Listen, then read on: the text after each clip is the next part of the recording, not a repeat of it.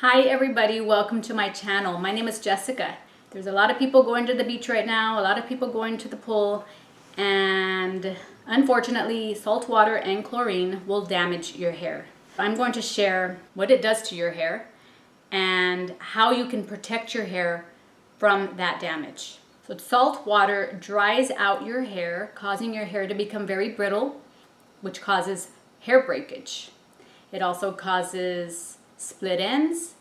It dries out your scalp, causing your scalp to become irritated, and you could get dandruff.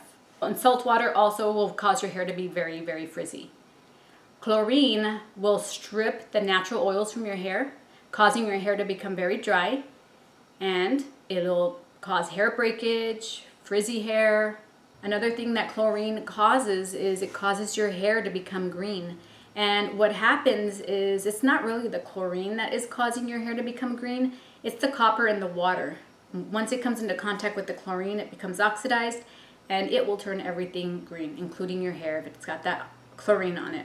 So you need to protect your hair from the damage. I tried a swim cap and I did not like it. It was really hard to put on and really, really hard to take off. It pulled a lot of my hair and broke a lot of my hair off because it was so tight. Maybe I wasn't doing it right. I had never used the swim cap before, but I was really desperate. This was last year when we were going to the pool and I was afraid that I was going to get some damage to my hair. And so I got the swim cap and I ended up damaging my hair with the swim cap. So the swim cap did not work for me. It might work for you. You can give it a try, but I honestly would not use it again. So swim cap for me was out. And just letting you know in case, just to save you some time and money, because I ended up throwing away 15 bucks. So after I used the swim cap, I started to do a lot of research on how to protect my hair because there was no way I was going to use the swim cap again. We live about an hour and a half from the beach and we have family who have pools. And last year I had a friend come in from out of town, so we were going to the pool. So we spend a lot of time in the pool. So I was looking for a quick and easy way to protect my hair and I found it. So this is what I did and it has worked really well. Now before I go on, your hair is probably not going to get damaged if you go into the water one time or maybe even 2 times. It might not. Depends on your hair and the type of hair you have, right? Some people have hair that's stronger than others. So I just didn't want to take the chance, and you shouldn't take the chance either. So do this just as a precaution. Even if you've never had issues before, the chlorine will build up in your hair and eventually it's going to do some damage. So just to be safe, just start doing it now so that way you don't have to worry about the damage later. So what you need to do is before you get into the pool, rinse your hair with water, fresh water, preferably filtered water. Your hair is going to soak up that water and it's not going to leave any space in there for chlorine or the salt water. So once you've rinsed your hair, you're going to apply a leave-in conditioner. This is going to coat and seal your hair strands. It's going to keep the moisture inside your hair and prevent the chlorine and salt water from entering your hair strands. This is what I've been using and I really like it. So all you have to do is just apply that leave-in conditioner on your hair and put your hair up in a ponytail or in a braid or a bun. And if you're not going to submerge your head into the water, then wear a cap.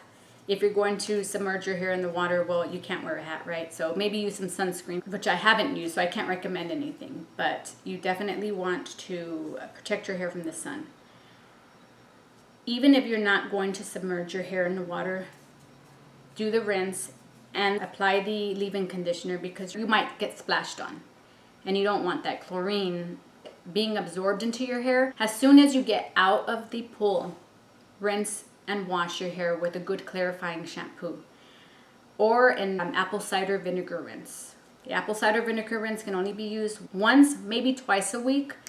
So just be cautious about that. If you do not rinse or wash your hair after you get out of the pool and you allow your hair to dry with the chlorine or the salt water in your hair, it's going to build up in your hair. And eventually it's going to cause damage. So you immediately want to wash. If you're not able to shampoo your hair after you get out of the pool or the ocean, give your hair a good rinse. And then that way you can remove some of that water from your hair. And then shampoo as soon as you can. If you don't submerge your hair in water and you have not been splashed on, still give your hair a good rinse just in case. I know a lot of ladies use regular shampoo as a leave-in conditioner. Don't do it. I've done it in the past when I was young, and it caused my hair to become very brittle and break off. It's not going to happen on the first time you use it or the second time you use it, but if you regularly use a conditioner, a regular conditioner has a leave-in conditioner, it's going to cause a lot of damage to your hair.